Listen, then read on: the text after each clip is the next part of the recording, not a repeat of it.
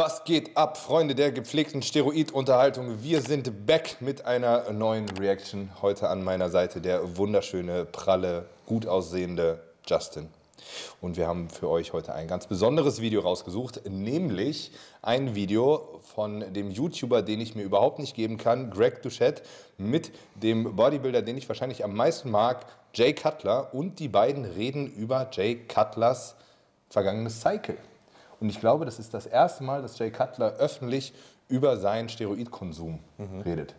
Ist für mich tatsächlich ein bisschen schockierend, weil ich habe bis zu diesem Moment gedacht, der wäre natural gewesen. Scheint nicht so zu sein. Finde ich gut, dass immer mehr Bodybuilder damit rauskommen und öffentlich zu ihrem Steroidkonsum stehen. Nee. Aber würdest du sagen, seine Form ist natural erreichbar? Ja, definitiv. Ja, der ist auch nicht so groß. Ja. Na, stimmt. Ja. Okay, nein. Worum geht es hier? Ich weiß es tatsächlich nicht. Wir schauen uns das Ganze an. Es gibt ja immer mal so wieder Bodybuilder, die dann anfangen, über ihren Steroidkonsum zu reden, wo ich dann nur den Kopf schütteln kann, weil ich denen nicht ein Wort glaube. Jay Cutler ist jemand mit einer, der hat schon eine ziemlich hohe Integrität. Also ich kann mir nicht vorstellen, dass wenn Jay Cutler sich dazu entschließt, über seinen Konsum zu reden, dass er dann lügt. Sehen wir. Aber ich weiß es nicht. So, Kameramann, kann ich da einfach auf Enter drücken, auf Leertaste drücken und dann läuft? There's a lot of misconceptions on what we actually do, and I've never really spoken about it, to be honest. And I just think in this era, like it's kind of like the hidden question that people want to ask, right? It's like, hey, what do the pros take? Interessant. Ja. And switching back to longevity and bodybuilding and the fact that we can't do the cycles we did back in the day, what are you taking now specifically as far as your HRT? Like what different things are you taking at what doses? And in comparison, what would you have taken at your greatest, like what would have been your meanest, baddest cycle as a Mr. Olympia competitor? Because I'm willing to bet there's guys doing men's physique at the local level, they're taking more than you. Because I've seen them, they've hired me, and I'm like, you're doing what? And I'm like shocked, like 1400 trend, men's physique guy, like stuff like that. It's like, what are you even thinking? So what would have been like your biggest cycle and what would you do now? Yeah, so right now I'm on what I call real HRT, and there's a little confusion on HRT because every day, people say I'm on HRT and I'm taking 500 mgs, and no one needs 500 mgs on HRT, okay? What? I think really everyone's HRT comes from the doctor that's prescribing your HRT, meaning like I'm not doing myself HRT. I'm going for blood work. I give blood every 8 weeks just for, I think it's always healthy for you to do that. I've always done that. Remember, I was, my ex-wife was a nurse practitioner, so she was almost a doctor basically. And we were very conscious, from day one. And that's one thing Chris, from the very beginning was like, hey, you need to take care of your house. So what I do is just monitor my blood levels, keep my testosterone. I think my last test, I was around 640 something. Like nanograms per deciliter, 600? So in the 600s, which I don't think is extremely That's less high. than me. I mean, yeah, I mean, I'm 700s, 800. But Greg, if depending on what doctor you go to, they're going to tell you that if you're 1,000, you're okay. A real doctor is going to say, oh, your 300's good. No, it's not for us, right? So I take, anywhere between like a half cc to a full cc usually a week, okay? And that has switched around. I've rarely gone over one. This is my first cycle, to be honest. Like I did 1 cc of Sestanon. They were, I think, preloaded Sestanon amps from Mexico. They were the best things. I mean, I put on like 50 pounds, The first cycle is always... Das ist schon interessant, ne? Also er redet jetzt hier gerade ein bisschen über seine TRT, die er momentan macht.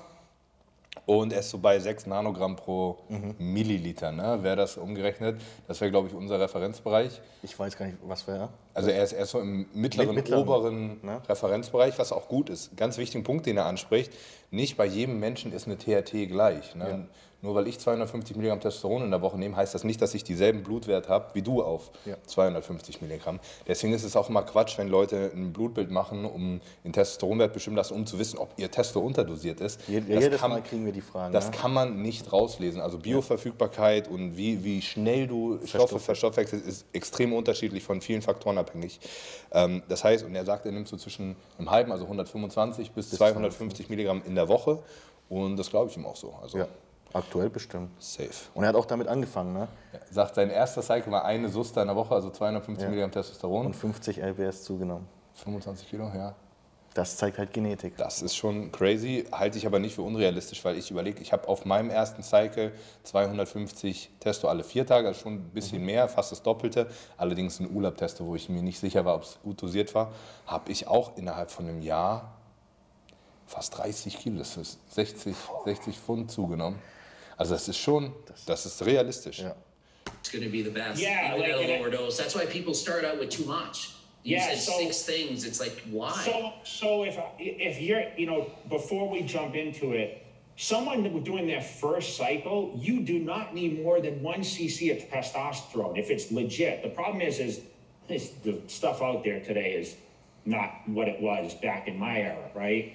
So when I was getting, an ampule, a Cestanon, or whatever it was, I would get an Anthate and ampules. Like nowadays, you're getting, just some brewed concoction in someone's basement a lot of times, or people are buying on the internet. But I'm saying going to a doctor, which even is compounded, I'll be honest, I use a compounded testosterone bottle. I stay on, like I said, anywhere between a half to a full cc. I've done that consistently. It goes up and down. My levels aren't super high. I feel good on what it is. My doctor's not really concerned if I go, between 600 and 800 seems to be the kind of the area we want to be. I think if you're over, 1200, I think you're pushing a little too much, right? You're on a cycle at that level, Yeah, is what I would say. And I don't use any anti-estrogens. I do have a prescription for it for Arimidex. I don't really use it, I'll be honest. I just find myself missing taking it. But if I was to get ready for I'll be honest, off-season. Das ist auch crazy, ne? Da hast du jemand, der Mr. Olympia war, der sein Leben lang wirklich wahrscheinlich nicht ein Cycle auch nur eine Sekunde verpasst hat, ja? Und dann erzählt er so, ja, manchmal vergesse ich meine Arimidex zu nehmen und so. Aber glaube ich, der sieht das inzwischen einfach entspannt. Ja. I didn't take as much. I didn't do GH. I would take always like 500 mgs of test, and I would use like 600 mgs of Equipoise. Equipoise was my favorite off season. I didn't do a lot of orals. I mean, once in a while I dabble in the beginning. I mean, I did my anadrols and my D-balls mixed with testosterone. I used DECA. I wasn't a fan of DECA. But as I prepped for the shows, and Greg, my biggest challenge all year was getting the exotics, what I call the exotics, which is, okay, you have to use these for a show. But coming now and realizing a lot more than I realized back then, I don't know if I really needed to buy the Winstrels and the Anivars and I was using Parabolin, which I don't even know if you know what that is. I didn't really, there wasn't a lot of years that Trenbolone was apparent for me. I mean, that's been the new thing, Tren, I guess everyone uses. And then of course, later on I got into like the insulin stuff and that kind of additive, but I did that way later. But my cycle would basically be off season. I would use Test and Equipoise. I would do that consistently for 10 weeks. But the difference is I actually came off drugs. There was no bridge. There was no, I'm cruising. Like that's just nonsense to me. Like we came off and I would go do a cycle for 10 weeks, come off for 10 weeks, go on for 10 weeks. Like obviously with the Olympia and the Arnold, when I was at my peak years, 2, 3. Das ist schon crazy, das macht heute eigentlich kein Mensch mehr. Ne? Ich würde gar nicht auf die Idee kommen, überhaupt für 10 Wochen Cycle zu machen, weil ich denken würde, gerade bei einem Boll, da hast du nach 5 Wochen hast du eigentlich erst die volle Wirkung und dann ist es nach 5 Wochen schon wieder draußen. Was willst du da machen? Und dann 10 Wochen off komplett. So, und dann vor allen Dingen wahrscheinlich auch kalt rausgegangen, da sind deine Level am Arsch. Also da kommt es auch wieder down zur Genetik, weil ich denke, die meisten Leute, die das so machen würden nach den 10 Wochen auf genauso beschissen aussehen wie vor den 10 Wochen Cycle. Aber das wurde früher oft so gemacht, dass die Jungs teilweise für 3 Monate oder so kalt rausgegangen sind und dann. Aber war auch bei der genetischen Elite so, ne? Ja. Wahrscheinlich. Wobei so zum Beispiel der Ian aktuell macht das ja auch, oder der James durch Patrick Tour, die gehen ja auch komplett off, laut Ja, aber kennst du das Off-Protokoll von Patrick? Nee, leider nicht. Das ist mit Unmengen HCG und so. Die kommen nicht off. Also die haben die ganze Zeit HCG drin, also die haben normale Testosteronlevel während der Zeit oder sogar supraphysiologische Testosteronlevel und knallen dazu Tamox und Clomiphen und DHEA und keine Ahnung. Es macht, meiner Meinung nach macht es überhaupt gar keinen Sinn, was Patrick macht in seinem Detox. Ja. Er geht dann auch mit dem Protein runter. Das ist ja auch gar kein Detox, wenn du dir die ganzen Medis reinknallst. Nein, überhaupt nicht. Also du wirst Prolaktinlevel jenseits von Gut und Böse haben und also das macht null Sinn. Dann würde ich tatsächlich lieber sagen, geh 10 Wochen kalt raus, weil gerade wenn du ein Equipoise, also Boldenon drin hast, nach 10 Wochen, das ist auch noch 6 Wochen im System. Also du bist ja nicht 10 Wochen auf Null. Ich habe selber schon mal 6 Wochen lang gar nichts injiziert und nichts gemerkt. Das fängt so nach 6, 7 Wochen an und dann geht der ja schon wieder on. Ja, okay. Gerade wenn er Suster drin hatte, ne? Suster wirkt ewig, da sind so lange Ester drin, Umdekaunat ist glaube ich sogar ein Suster drin. Wie lange ist da die Halbwertszeit? Also das ist wie Nebido, das kannst du einmal im Monat theoretisch injizieren. Also heißt, der wird nie ganz raus gewesen sein, glaube ich nicht. Krass. Okay, die meisten Leute würden geisteskrank Akne kriegen, wenn sie es so machen. Safe. Auch Genetik. 4, 5, you know, when I was competing twice a year, you know, I would have basically after Olympia, I'd come off for, you know, 12 weeks. Then I would start my cycle for the Arnold Classic. And then I would come off. Das ist, wie ich sage, also nach dem Mr. Olympia sind viele, die für 3 Monate rausgehen. Und ich denke, das wird auch immer noch so gemacht. Dennis Wolf und so hat das auch so gemacht, das weiß ich. Ja. After the Arnold, and I would have a good break for like 8, 12 weeks. And then I would start my thing in June for the Olympia. But that whole year consisted of buying the exotics, meaning like Primobolan, which was hard to get, like I mentioned, the Parabolan, the Winstrol amps, because I didn't use anything. I was very careful with that, with what I got. Those kind of things, like the exotics, Masteron, I got those. And then I would have certain things. I'd start with the Testin EQ for the Das ist auch interessant, oder? Also ich habe für meinen Teil immer so den Eindruck gehabt, dass es für Mr. Olympia ja wohl sehr leicht ist, irgendwie an Stoff zu kommen oder dass die Coaches, ein Chris Cito oder ein Haney Rambert oder so, ihre Jungs alle versorgen. Und er erzählt jetzt die ganze Zeit, dass für ihn das Schwierigste war und sein halbes Jahr daraus bestanden hat, irgendwie den Shit ranzukriegen. Glaubst du das? Dass es so schwer war? Warum soll er das sonst erzählen? Ja, eben. Also es macht gar keinen Sinn, da rumzuspinnen. Ich glaube schon, dass es früher, also vor 15 Jahren, ein bisschen schwieriger war, vielleicht so an bestimmte Dinge zu kommen, weil es halt einfach noch nicht so viel Urlaubware gab. Ne? Wenn du das Rennen genommen hast, dann brauchtest du Parabolan, irgendwo aus der Apotheke oder so. Aber ich hätte gedacht, das ist verfügbarer. Ja, dass die Jungs. connected sind, ne? Ja, ich meine, wer kann denn besser Steroid-connected sein als Mr. Olympia himself? So. Ja. Da müssen die Dealer ja vor der Tür stehen und sagen, hier, nimm meinen Scheiß. Ja. Aber kommt halt auch wieder auf die Qualität der Ware an, ne? Ich denke. weil ich denke, die haben damals fast nur originale Apothekenware. Da war das Winstrol aus der Apotheke, das Suster, das E und so. Crazy. the contest. And then every 4 weeks, I would kind of change it. And then eventually I'd switch to propionate instead of an anthate. The biggest difference I learned later is the anti-estrogens using like Novadex or Remedex. I'll be honest, in the beginning, Chris never had me take those things. In fact, Chris Aceto and I never discussed drugs, ever. So when I asked him, like, he just, you need basic testosterone, but he never said to me, hey, your body's making changes, what drugs are you on? It was never a discussion with us. I kind of learned by honestly listening to people around me. And was it accurate? I don't really know. I mean, I think everything's kind of like kamikaze thinking. Like, oh, this drug works good. Das glaube ich nicht. Ich glaube nicht, dass Chris Aceto mit ihm nicht über Steroide geredet hat. Aber ich habe schon öfters gehört, dass Chris mehr nur Ernährung macht und gar nicht so viel Stoff. Ich habe gehört, dass Chris sehr, sehr wirr ist. Also der schreibt dir, der guckt dir morgens Fotos an und sagt dir was. Und der sagt das aber auch so mit Roids. Der sagt dir so, heute nimm mal 20 Milligramm Halotestin und nächsten Tag sagt er, ich möchte, dass du heute 2 cc Bolde nimmst und nächsten Tag sagt er, nee, du brauchst jetzt. Dass er das mit seinem Stoff genauso macht. Und ich weiß von Leuten persönlich, dass die das höllisch aufgeregt hat, weil der denen vorher nicht gesagt hat, was die alles haben wollten. Aber dann quasi davon ausgegangen ist, dass er innerhalb von einem halben Tag das auch besorgen kann. Ja. Ich glaube, das funktioniert nicht mit jedem, mit Chris zusammenzuarbeiten. Der ist schon so ein Autist, so ein kleines Genie, aber das stelle ich mir schwierig vor. Gut, ich habe jetzt zu keinem persönlichen Kontakt, ich habe das auch nur mal gehört. Training macht er nicht, glaube ich. Training macht er gar nicht, Genau. aber ist schon komisch, oder? Ja. Irgendwie. Ja, aber der hat das Auge irgendwie. For me, it doesn't work well for, like, I'll try it, right? But the truth is like, you know, my max, I mean, of course, the GH would be added in, you know, when I would train for a contest. And listen, the dosage, I mean, remember the first dosage was 4 IUs a day. I may have gone up to 9, 12 on and 12 IU funktioniert, ne? Brutal. off. I mean, I think Was ich sagen 9 wollte, was, Luke Sendo hat es gesagt mit den Steroiden und Chris Cito in einem Podcast, dass er von ihm nichts diesbezüglich bekommen hat, also Informationen.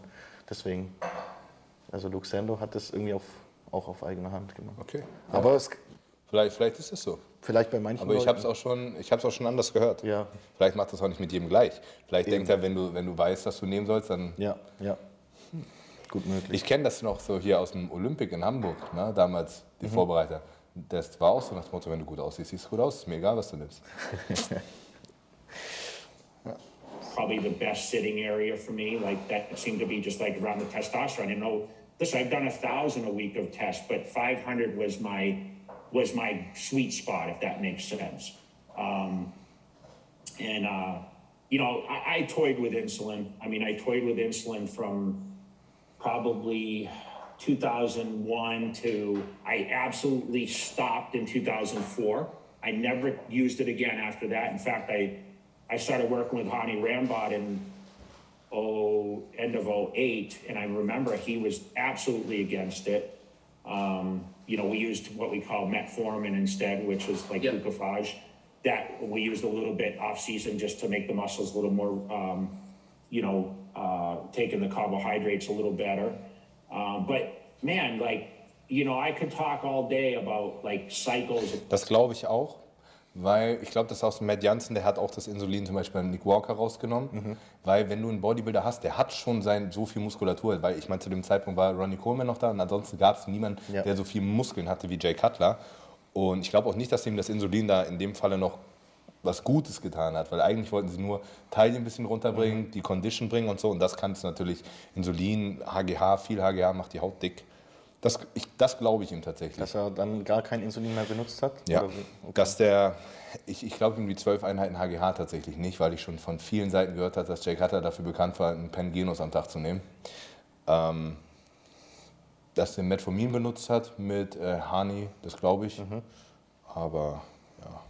Also, wie du sagst, wenn du halt die gewisse Masse schon hast, dann willst du dich nur noch... Heiko zum Beispiel hat das auch gesagt, dass er Unmengen HGH benutzt hat und kein Insulin. Okay.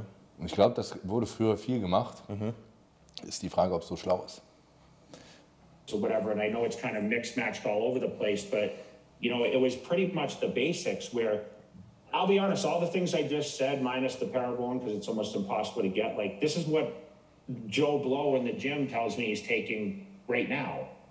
Honestly, You know what I mean? I've coached people that are in men's physique that would have taken more than you've listed, and I personally have done higher cycles than this. I mean, from the sounds of it, if I had to summarize, it sounds like you're doing HRT now somewhere between 125 and 250 milligrams a week with test levels, and you're a 230-pound man, which means you're going to need more than the average guy. 600 to 800 nanograms per deciliter. I'm trying to be around that 700 to 800. A lot of guys are 1,000 plus, even on HRT. So you're hardly doing anything now, 230 pounds lean. Yeah, but listen, Greg, that not to say those levels haven't, but I'm just telling you off my last test. I get 2 blood tests a year. Okay, I test blood twice, and that's where the last range was. Would I like it to be a little higher? I'll be honest. I'm going to try to push that thing to 800. Yeah. So, and I've been I traveled last week. I was, you know, on like a 10-day trip. I didn't take a shot with me. So, I mean, I'm just not as consistent as I should be.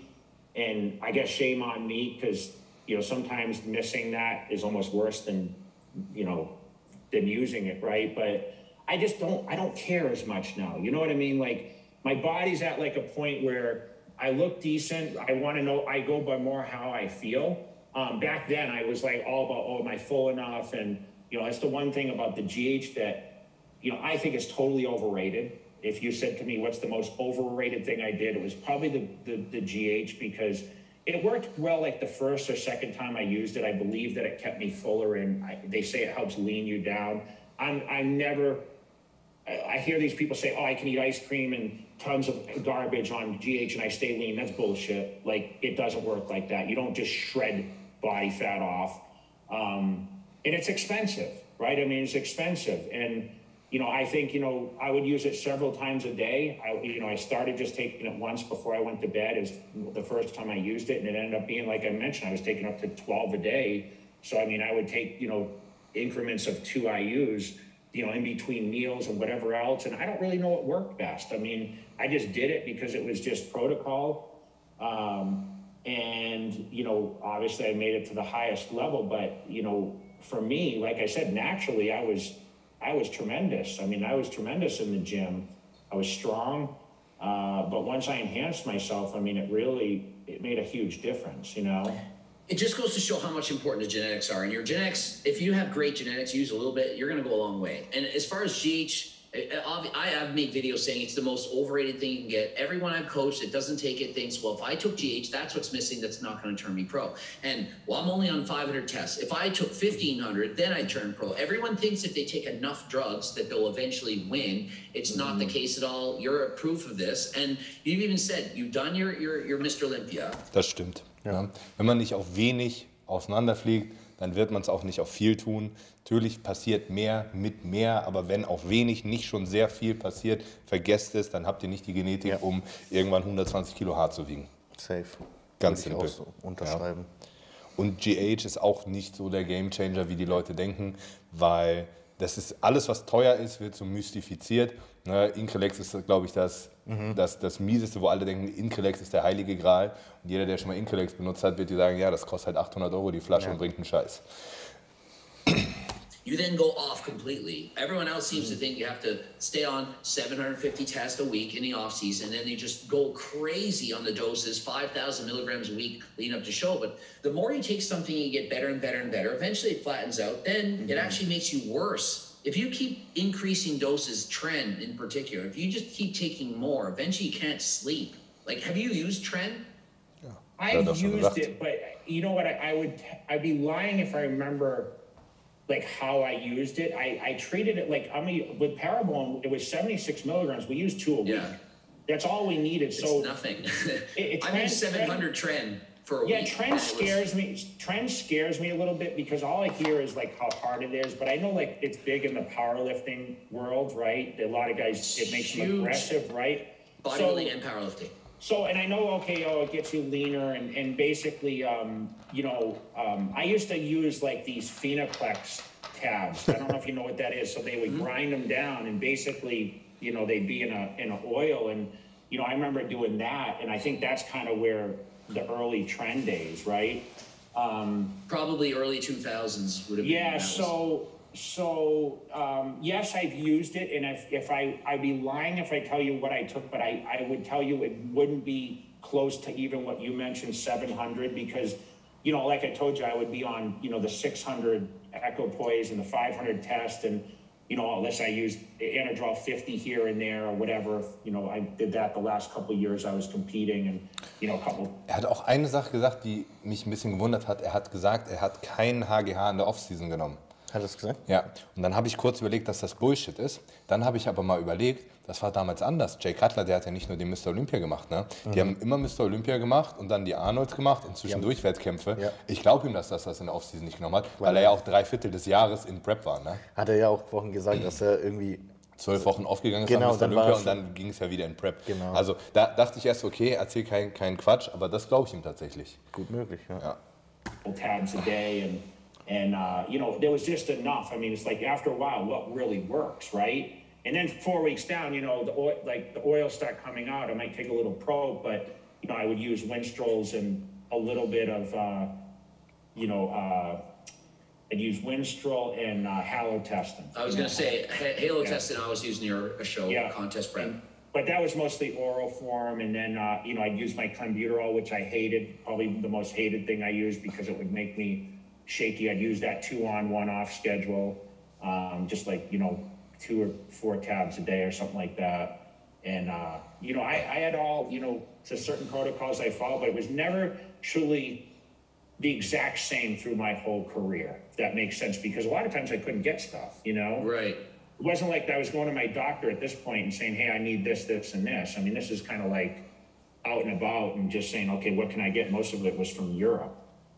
And I turned pro in 2012, and I competed up until a couple of years ago here, and I'm in Canada, so it's a lot easier to get anything. And so my contest prep, I never have to worry about, like, will I get this or will I not get this? But going back to what you took for the actual Olympia or for the off season was 500 tests and 600 EQ, or was that like in the off season, or is that you're prepping for the Olympia and you that's like how I started, and then added a little bit later as the show approaches? So like 20 weeks down, I would consider like the off-season schedule leading up. So like I said, when I started my, I would usually start 20 weeks and that's when I would do that. And I would do that to about 12 weeks out.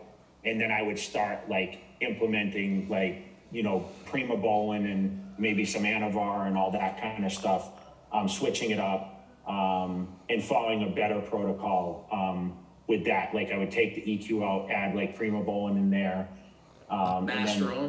Masteron, I didn't start until around 7 weeks. And I would do that 7 to like week 3 or 4. I would try to cut all my oils out like the last, for sure 2 weeks out, but most of the time 3. And then just you. Das ist auch interessant, ne? Das haben die früher alle gemacht. Ja. Die haben früher immer 2-3 Wochen vor dem Wettkampf nichts mehr injiziert und nur noch Orals genommen. Und ich habe eigentlich gedacht, dass man das damals gemacht hat, um Östrogen zu drücken. Aber irgendwie nicht. Weil irgendwie, da gab es auch schon Arimidex und Letro und so, das gibt es alles schon lange.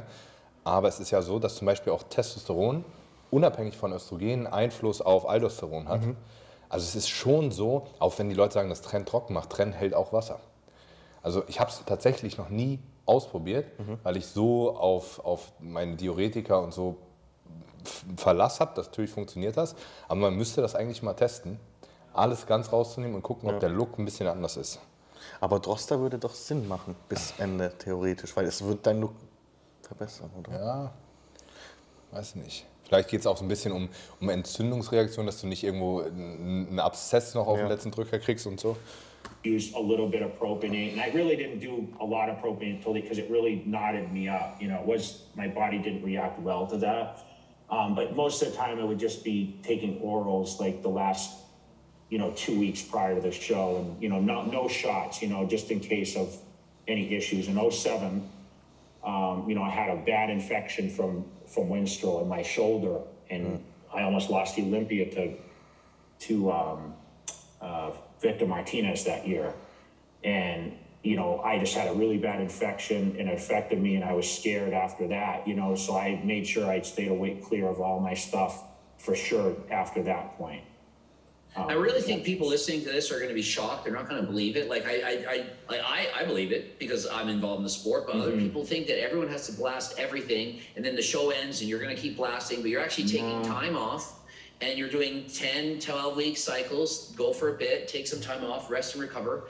Because the law of diminishing returns, you can try and double your doses, but then you're not even going to get any better results. Most people think, if I only took more, I'll get so much better results. And personally, like my first cycle is very small, and then I'm like, wow, I put this much muscle on this. Wait till I blast what the pros are taking, and then I did, and I was like, wait a minute, I only put on 5 more pounds of muscle. Like that's it. Yeah. It's just like there's like a ceiling on how much muscle you can build. Das stimmt, ne? Yeah, and Das muss man sagen, das hat jeder, der seine erste Kur macht, ne, macht gut Progress und dann denkt er so, nice, jetzt hau ich richtig auf die Kacke und es wird nie das passieren, was mit ein bisschen Testo am Anfang passiert. Ja. Es ist so, ne? Man sagt immer so, der erste Cycle ist der beste und das ist einfach Fakt. Nee. Bei dir nicht? Der hier, dieser 4-Wochen-Cycle. Okay, gut. Aber ja, doch, an sich stimmt's ja. Ja, klar. Das ist schon verrückt. Und auch was Greg sagt, das ist wirklich so eine Kurve. Du hast diesen Sweet Spot und dann... Ich muss ja auch sagen, ich bin alles, was da angesprochen ist, bin ich schuldig. Ne? Ich bin dafür bekannt, ne, dass ich irgendwie schon exorbitante Mengen genommen habe. Und wenn man so meinen Content mal über die letzten Jahre verfolgt, sieht man immer, dass der Trend immer zu weniger. Und das ist auch das, was ich mit all meinen Athleten mache. Ja. Und na sicher gibt es einen Sweet Spot. So, der ist bei jedem ein bisschen unterschiedlich. Einige brauchen ein bisschen mehr, andere brauchen weniger. Aber wenn du einen guten Athleten hast, der braucht nicht viel Stoff und dem bringt auch mehr Stoff nicht mehr. Wenn wir jetzt bei dir das Testo verdoppeln würden, du wirst einen Scheiß mehr aufbauen. Niemals. So. Mir wird es wahrscheinlich noch beschissener gehen. Ja. Du wirst einen dicken Kopf kriegen, das ist auch alles. Ja. Kind of recap, like, listen, I would consider this, I would say, hey, I loaded up for the shows, right? I just mentioned all this stuff, like which I didn't mess with the GH in the off season, whatever. But You know, I would load up, and I mentioned like the off-season stuff when I would do, I was saying like this would be my, like when I was 22, 23, whatever, before I got into heavy competition. You know, once I got into competing twice a year, I really didn't have an off-season cycle. You know, this is when I had like the break, like even in, I turned pro in 96, I took 97 off. So I was saying on and off cycles, like that was more of those years. And then, you know, like I said, my off season would be leading up to, you know, my preparation 20 weeks down to 16, down to 12. Like I consider that kind of like my off season because, you know, I was just training, like I said, like I didn't take any drugs, even though the shit stayed in my body. I mean, I only came off for 12 weeks. Shit, the stuff was still in my body, honestly, with the amount I took for these shows. And I'd always get my blood work. But the most important thing is you have to come off between cycles. Like if I could change anything that goes on today is like stop.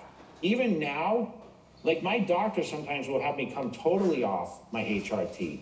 Like let's take, you know, one break a year, and whether it's 10 weeks, 12 weeks, you know, 60, depending on what the levels are, I still think that's healthy to do. I don't think you have to constantly take gear all the time. Würde ich nicht unterschreiben. Das ist Bullshit. Ja. Also das ist wirklich Bullshit. Es macht überhaupt gar keinen Sinn, von einer TRT auf Hypogonadismus-Level. Also es macht keinen Sinn, es ist nicht gesund, einen Testosteronwert von 0 zu haben für eine Zeit.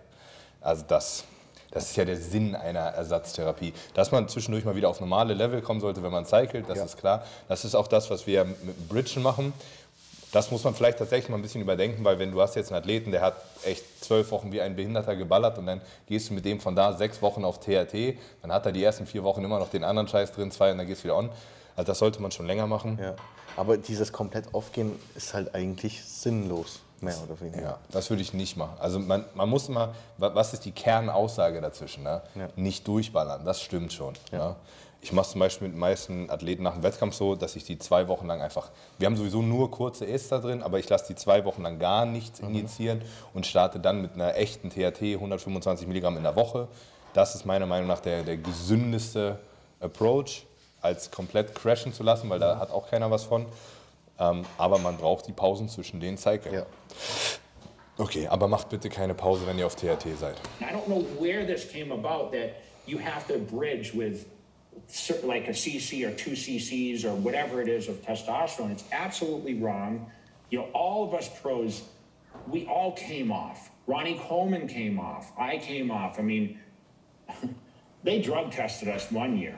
I mean, they had, when baseball came about, I remember Ronnie and I showed up at, you know, the Bev Francis show, and they had started implementing drug testing just to, and I don't know what they tested for, but they took our samples. I think it was diuretics. No. They actually test for steroids for pros? I mean, what were they expecting? Well, I mean, remember, we weren't really taking anything then. You know what I mean? Like, we were off. Right. So maybe like, hey, you know what? A test is easy. Hey, let's test them for Winstrol V. Like, no bodybuilder between Olympias is going to be taking Winstrol V, right? I mean, I don't know. And that's supposedly in an audio body fast. But I don't know what, you know, but we did get drug tested around the baseball time. I think bodybuilding was getting a lot of pressure. But it goes to show you that there's a lot of misconceptions on what we actually do. And I've never really spoken about it, to be honest. And I just think in this era, like, it's kind of like the hidden question that people want to ask, right? It's like, hey, what do the pros take? And it's a lot different. Remember, I haven't competed, I really say since I competed in 13, but it was, you know, that was my comeback year that I really didn't even do well. But I say 2012, I mean, that was 10 years ago. So what guys are doing now, like you asked me, I'm sure you asked a question about SARMs or Peptides, you know, and SARMs and all these different things that are peptides. Alright, gut. So, was hast du allgemein? Interessant. Ich fand es schade. Ich hätte noch mehr ins Detail gehen können, finde ich. Ja, hätten wir mal ein bisschen was über Insulin erzählen können. Das hat mich tatsächlich interessiert. Ja. Ich glaube, Jay Cutler hat schon eine Zeit lang ziemlich hart Insulin missbraucht. Denke ich auch, ja. Und aber zu deiner Aussage vorhin, warum er vielleicht nicht ehrlich ist, weil es halt wirklich scheiße kommen würde, wenn er sagt, ja, ich habe mir einen Genopen am Tag geschossen. Weißt du, Aber ob du jetzt sagst, du nimmst 12 oder 36? Ja, das ist schon... Aber man weiß natürlich auch nicht, ob das stimmt, was wir gehört haben. Ich glaube, im Großen und Ganzen war er tatsächlich ziemlich ehrlich. Ja. Ist halt nicht so ins Detail gegangen. Ne? Er hat inzwischen durchgesagt, ja, er hat mal 1 Gramm Testo genommen und so. Ja. Mit Sicherheit hat auch Jay Cutler seine 2-3 Gramm in der Prep genommen, wenn dann das Primo und die Oxys und alles dazugekommen sind. Aber es ist halt nichts exorbitant Hohes. Und ich denke, es wird sich nicht groß von dem unterscheiden, was ein Männer-5-Athlet auf nationalem Niveau nimmt. Das ist die Genetik. Der Unterschied ist die Genetik, der Arbeitswillen und die Zeit und nicht der Cycle. Okay. So, ich hoffe, euch hat die kleine Reaction gefallen. Schreibt mir in die Kommentare, ob wir das in Zukunft öfter machen sollen. Wenn ja, werden wir das tun. Wenn nein, werden wir es trotzdem tun, weil das sind einfach leichte Videos, die gute Klicks kriegen. Und in diesem Sinne könnt ihr auch gerne mit Max 10 bei Bigson einkaufen, mir noch mehr Geld in den Rachen werfen oder mit Jam 10 im The Most Hated Shop. Könnt ihr auch einkaufen, euch einen wunderschönen All Royce Matters Hoodie gönnen. Und ja, so jetzt machen wir auch mal aus hier.